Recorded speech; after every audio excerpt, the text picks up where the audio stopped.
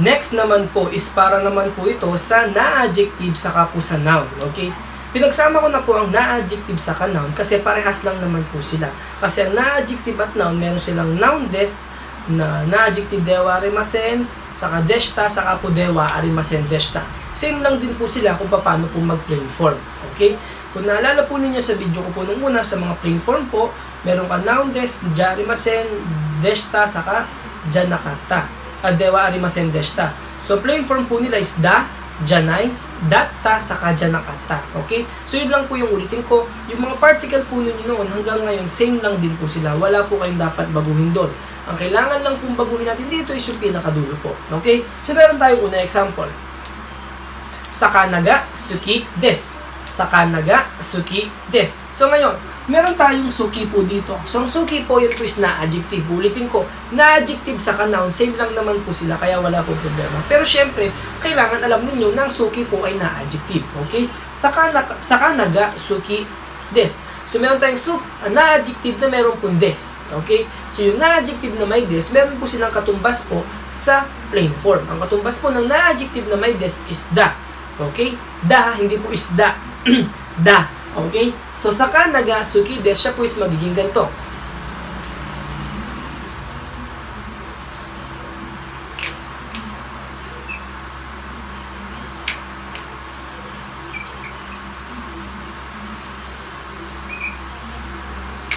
Sakanaga, suki, da. Sakanaga, suki, da. Ganun lang po siya. Lalagyan nyo lang po ng da. So, meron tayong sakanaga, suki, des, saka sakanaga, suki, da. Ngayon, ano pong ibig sabihin nun? Ang ibig sabihin po ng dalawa is same lang. Gaya na sinabi ko, iba lang po yung gamit nila sa, depende po sa kausap po ninyo. So, sakanaga, suki, ang ibig sabihin, sakanaga, suki, da, ang ibig sabihin po nito ay,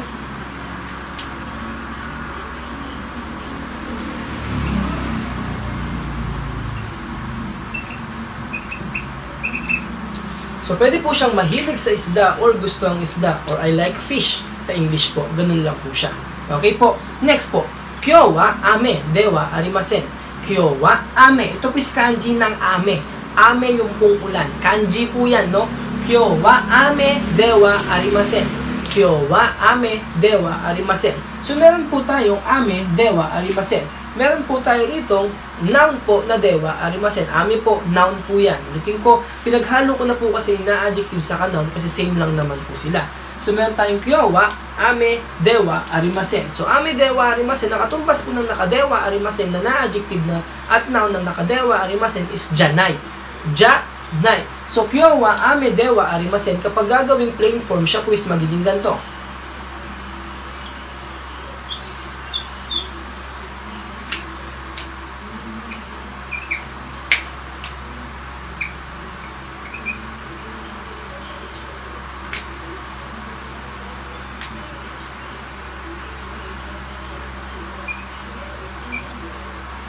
Kyowa ame janai. Kyowa ame dewa arimasen. Kapag ginawang plain form, siya po is kyowa ame janai. Okay, kyowa ame janai. Ang ibig sabihin po nito ay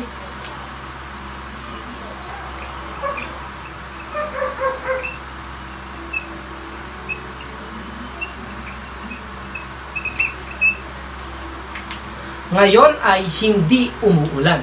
Ngayon ay hindi umuulan. Okay po? So, tandaan ninyo, dewa arimasen, ang katumbas po niyan is janai. Okay po? Next po, Kyoto wa Shizuka deshita. Kyoto wa Shizuka deshita. Okay? So, meron po tayo ditong Shizuka deshita. Okay?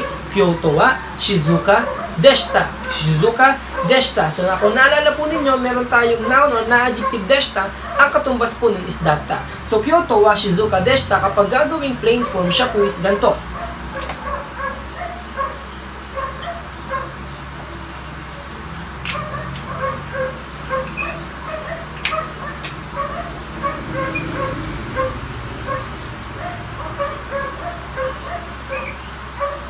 So, Kyoto wa Shizuka datta.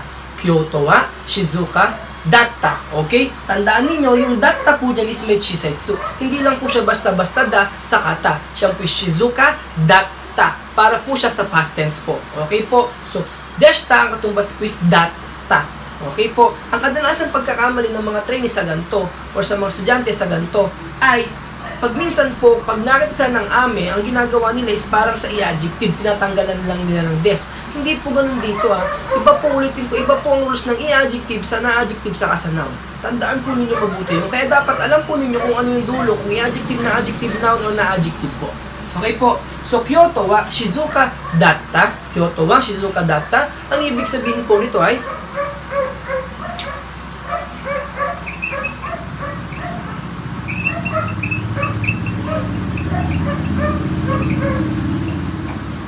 so, ang Kyoto ay tahimik. Ang Kyoto ay tahimik. Okay po? Ang Kyoto ay tahimik. Okay? Yun lang po ang ibig sabihin po niyan. Deshita, ang katumbas po is datta.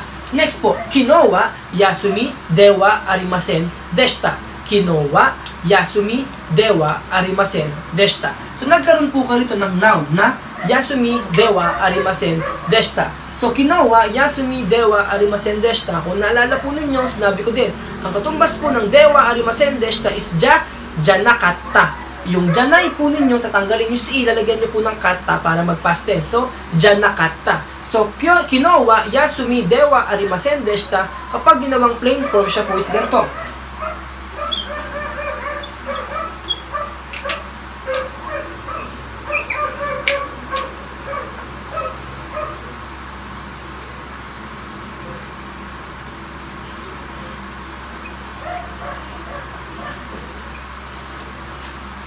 Kinowa, Yasumi, Janakatta. Kinowa, Yasumi, Janakatta. Okay? So, Kinowa, Yasumi, Dewa, Arimasen, Deshita. Saka Kinowa, Yasumi, Janakatta. Janakatta. Tandaan ninyo, Janakatta, ang Dewa, Arimasen, Deshita. Ang ibig sabihin po nito ay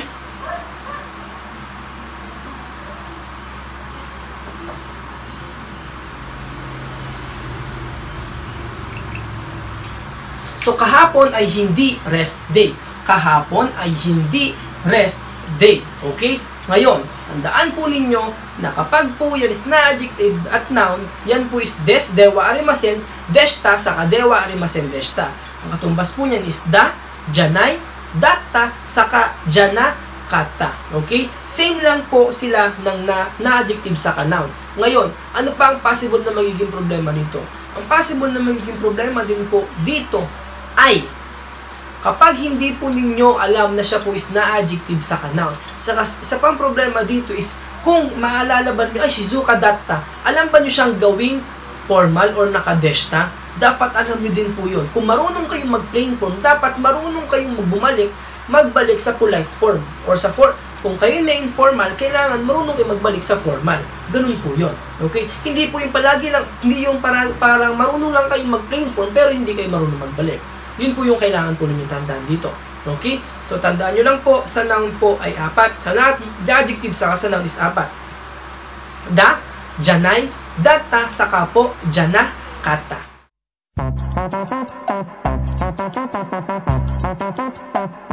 Next naman po nating pag-aaralan is question po para po sa na-adjective saka sa noun. Okay?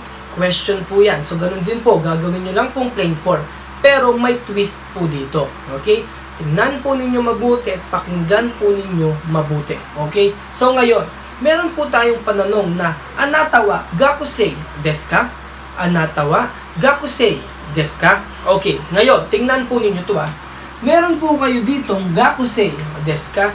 Gakusei yan po is noun. Okay? So meron kayong noun des. Okay? Kung naiisip ninyo, kapag gagawin ninyong plain form, yan po is noun da. Tama po. Diba po? Okay. Ngayon, ito po ang tandaan ninyo. Kapag po ang dulo ninyo sa question ay noun o na-adjective des, kapag siya po is gagawin yung question, tatanggalin po ninyo si da. Okay? Ganito para mas malinaw. I-plain form natin to. So, ganito po.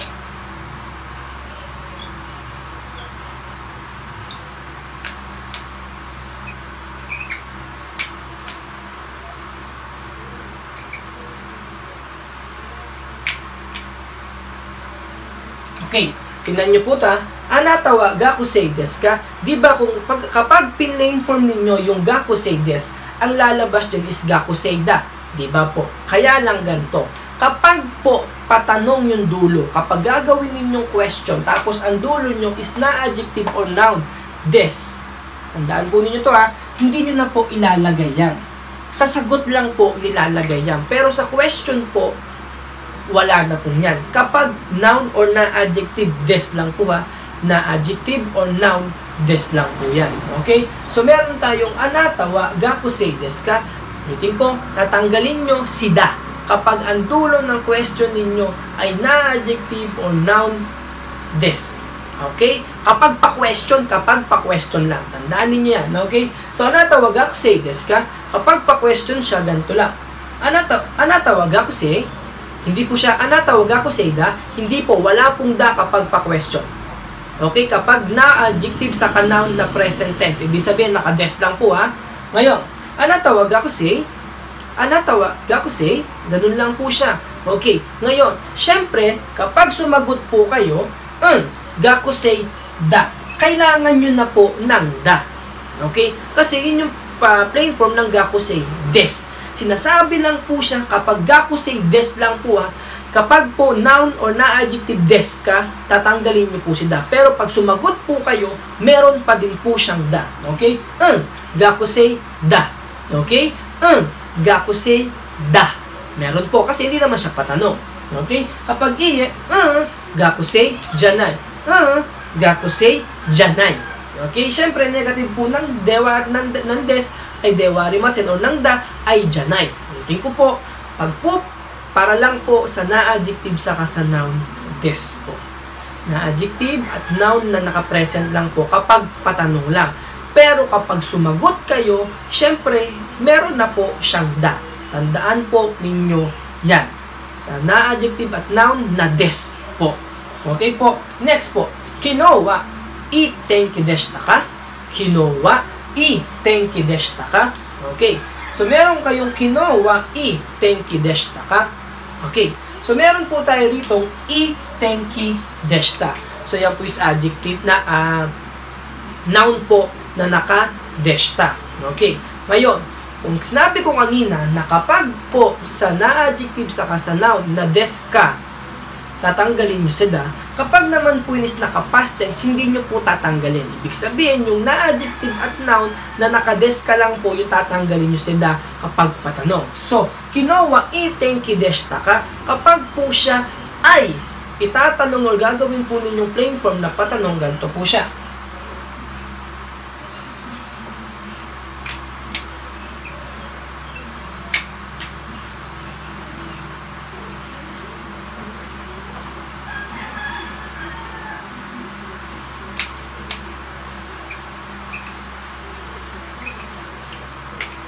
Kinowa i tenki datta? Kinowa i tenki datta? Kailangan nyo po yung datta dito. Kasi ang nawawalang halang po is na adjective at noun des. Sorry pa ulit-ulit para hindi po ninyo makalimutan. Pero kapag past tense na po yung pananong po ninyo, para sa na adjective at noun lang po yung dulo ha, na adjective noun deshita ka. So, kailangan nyo pa rin po yung datta kasi dyan nyo po malalaman kung past tense po ba yung tanong. Okay po? So, kailangan po din nyo, syempre, itaas po yung intonation po. Kaya po, kinowa i tenki datta. Okay? Kinowa i tenki datta. Kailangan nyo ng datta para malaman po ninyo na past tense po yung tanong ninyo. Pero kung sakaling na adjective at noun des ka, tatanggalin nyo si da. Pero sa sagot po, meron pa din po. Okay? So, ngayon, kapag nag-hi po tayo, i tenki datta. Okay? Kapag naman nag-iye, i tenki janakatta. So, kinowa i tenki deshita ka or kinowa i tenki datta, ang ibig sabihin is maganda ba ang weather kahapon? Sagot niya, i tenki datta. Opo, maganda po. Kapag iye, i tenki janakatta. Hindi po maganda. Okay? So, tandaan po ninyo yung pinapatandaan ko sa inyo. Na adjective noun des ka, kapag tinanong, nawawala na si da. Pero kapag sumagot, meron po. Yun lang po yung nawawala. Sa past tense po, meron pa rin pong datta. Yun po, please po, tandaan po ninyo mabuti yun. Kapag gagawa ka ng sentence, meron pa din po. Pero halimbawa, sa confirmation po, matanggalin nyo po si da. Si da lang po ang nawawala. Si datta, meron pa din po. Kapag anatawa, can you say janai? Janai, meron pa din po. Yung da lang po talaga ang nawawala kapag pa-question na.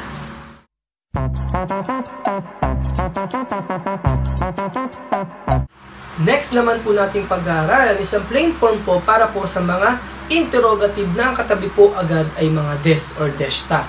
Okay? So, yung interrogative po na ang katabi po agad ay des or kaya naman po deshta. Okay? Ngayon, para mas maliwanagan po kayo, tignan po natin yung unang example. Meron po tayong anatawa nansai desu ka? Anatawa nansai desu ka? Okay. Ibig sabihin is ilang taon ka na. Ngayon, kung makikita po nyo dito, meron kayong nansai desu ka? Kung maiisip po ninyo, nansai, siya po ay kapag sinagot ninyo, sagot kayo ng noun. Sasagot kasi kayo ng numbers. So baka isipin ninyo, ay, nansai da? Okay? Hindi po ganun yun. Okay? Kung naalala po ninyo, sa noun po, saka sa na-adjective, kapag meron kayong noun des, saka na-adjective des ka, ang ginagawa po ninyo, imbis na magkaroon kayo ng da, tinatanggal nyo po yun. Okay? Ganito din po dito sa may interrogative na ang katabi po ay des. Okay po? Interrogative na ang katabi ay des ka. Okay? Kung meron kayo, anatawa nansai desu ka, kapag po tinanong nyo siya sa plain form po, ganito po siya.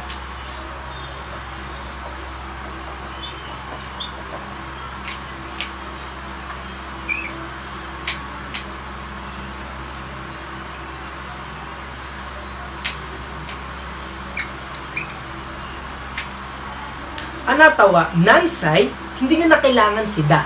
Tandaan nyo yun ha, parang sa na-adjective sa noun lang, hindi nyo na kailangan si da. Anatawa nansai, okay po.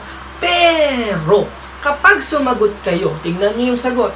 Niju hasai, di bang sagot is anatawa nansai desu ka? Watashi wa niju hasai desu. Meron kayo niju hasai desu. Noun po yan.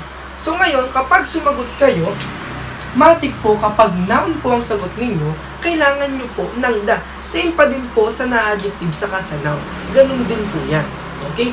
Kapag ang tanong na naka-noun, kapag ang tanong po is naka-des ka, na interrogative des ka, wala na po siyang da. Itataas nyo lang po yung intonation ninyo. Pero kapag sumagot po kayo, na ang sagot po ninyo is na-adjective na may des, syempre, matik po gagawin nyo po da. Kaya, niju hasai o niju nanasai da. Niju hasai da. Okay po, tandaan po ninyo mabuti yan. Okay? Kapag pag interrogative na des ka, kapag po ginawang plain form, natanggalin na si da. Pero kapag sumagot ng na-adjective or noun na meron des ka, na meron des, yan po ilalagyan nyo ng da. Sa tanong lang po nawawala. Okay po? Next po.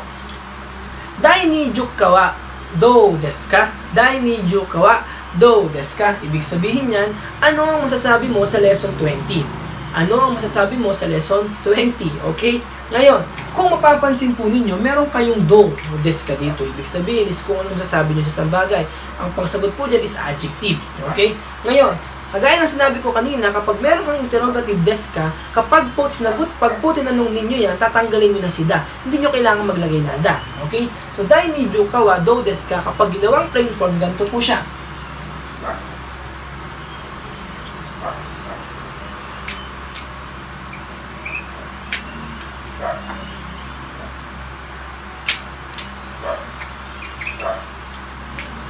Dai niju ka wa do, dai niju ka wa do, do lang po yan ang pananong. Okay? Syempre, kapag po yan is do, ang sagot po dyan is adjective. Diba sa adjective po meron tayo i-adjective sa na-adjective.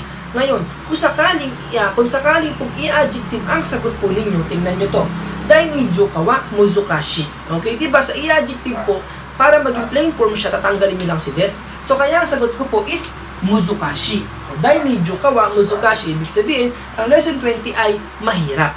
Okay? Ay mahirap. Hindi ako maglalagay ng da. Bakit ka hindi maglalagay ng da? Eh, hindi naman po to na-adjective eh. Hindi rin po to noun. Diba sa i-adjective po, wala kayong nilalagay. Tinatanggalan nyo nga po sila ng des. Okay? Tingnan nyo yung pangalawang sagot. Dai niju ka wa kantanda. Dai niju ka wa kantanda. Ngayon, naglagay ako ng da. Bakit ako naglagay ng da? Kasi ang sagot ko po ay na-adjective. Okay? Kapag na-adjective, di ba ang sagot, tapos des siya, gagawin nyo siyang da. Pero kapag i-adjective siya, kahit na meron siyang des, kung i-adjective siya, para maging plain form siya, ang gagawin nyo lang po is tatanggalin nyo si des. Kaya kapag i-adjective, dai niju ka wa muzukashi. Pero kapag na-adjective, dai niju ka wa kantanda. Ganun po ang pagkakaiba po nilang dalawa. Okay po. Ngayon, next po. Kaiwa no renshu wa dou deshita ka? Kaiwa no renshu wa dou deshita ka? So, meron po tayo nitong dou deshita ka. Okay? Kung naalala po ninyo, so dou deshita ka, deshita ka, naka-past tense po siya. Ang dinudugtong po doon is, ang pinapalit po is datta. Okay? Ngayon, kaiwa no renshu wa dou deshita ka, ang ibig sabihin po is, ano pong masasabi nyo sa practice po ng kaiwa or ng conversation po? Ano masasabi mo sa practice ng conversation? Okay? Ngayon, kung meron kayong deshita ka dito, okay, kagaya ng sinabi ko sa na-adjective sa sa noun, syempre, gagawin nyo po siyang datta. Bakit gagawin datta? Kasi doon nyo po malalaman kung past tense po. Bakit po? Tignan natin to.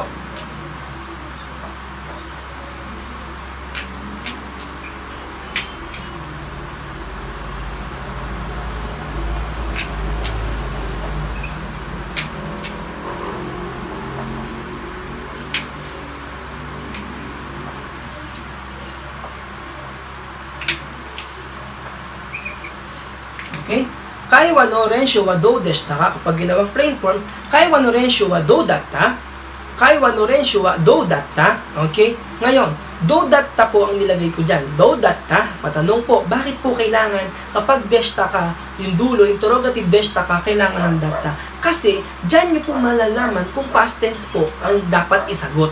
Pero kung dito po, matik po, alam na po ng kausap ninyo na hindi past tense yan. Pero kapag nilagyan nyo ng datta, matik po, alam po ng kausap ninyo na past tense po yung dapat niyang isagot. Kasi diba, iba po ang plain form ng naka-past tense sa naka-present. Diba po, halimbawa na lang, diba kapag yung na-adjective at noun ninyo naka-present, des siya. Or da. Diba? Pero kapag naman po siya yung naka-past tense, siya po is datta. Kaya mahalaga po to. Okay? Tingnan nyo po, dou deshita ka, yan po is past tense lang po ng dou des ka. So, dou datta. Okay? Tingnan nyo po yung sagot ko. Kaiwa no renshu wa yasashi katta. Yasashi katta, galing po siya sa yasashi. Yung po yung madali. Okay? So, yasashi katta. Ginawa kong past tense. Bakit? Kasi past tense yung sagot eh. Bakit wala kang datta? Bakit? Ito po bang yasashi po? Ano po ba siya? Na-adjective po ba siya? Di ba hindi naman po siya na-adjective? Naglalagay ka lang ng datta kapag na-adjective sa noun. Ay, ang sagot ko po is i-adjective. Di ba sa i-adjective, tatanggalin mo lang si des? So, kaiwa no renshu wa yasashi katta. Ibig sabihin, ang practice ng kaiwa or ng conversation ay madali po. Ngayon, tingnan niyo susunod. Kaiwa no renshu wa taihen datta. Kaiwa no renshu wa taihen datta. Taihen po, yan po is na-adjective. Ang ibig sabihin po niyan is mahirap. Ngayon, syempre, meron kayong naglagay ako ng datta kasi di ba kapag na-adjective sa noun, gagawing past tense, kailangan nyo po ng datta. Kaya nilagay ko po is kaiwa no renshu wa taihen datta. Ibig sabihin, ang practice ng kaiwa ng conversation ay mahirap. Okay? So, yun po yung kailangan yung tandaan pati sa interrogative. Dapat po, kapag po des ka, ang tanong interrogative des ka, tatanggalin nyo na po si da. Okay, bakit? Pero pag sumagot po kayo, kailangan po meron kayong da kung sakaling ang sagot is na-adjective saka noun. Pero kung sakaling datta naman po, ang deshita naman po ang tanong ninyo, kailangan nyo pong lagyan ng datta. Syempre, yung sagot po ninyo, depende pa rin po kung i-adjective or na-adjective or noun naman po siya. Tandaan po ninyo mabuti yan. Kasi kailangan nyo pong matandaan at maaral pong mabuti yung plain form pong yan. Lalo na po pagpunta po kayo sa Japan, yan po yung gamit po na form po sa conversation po, plain form po.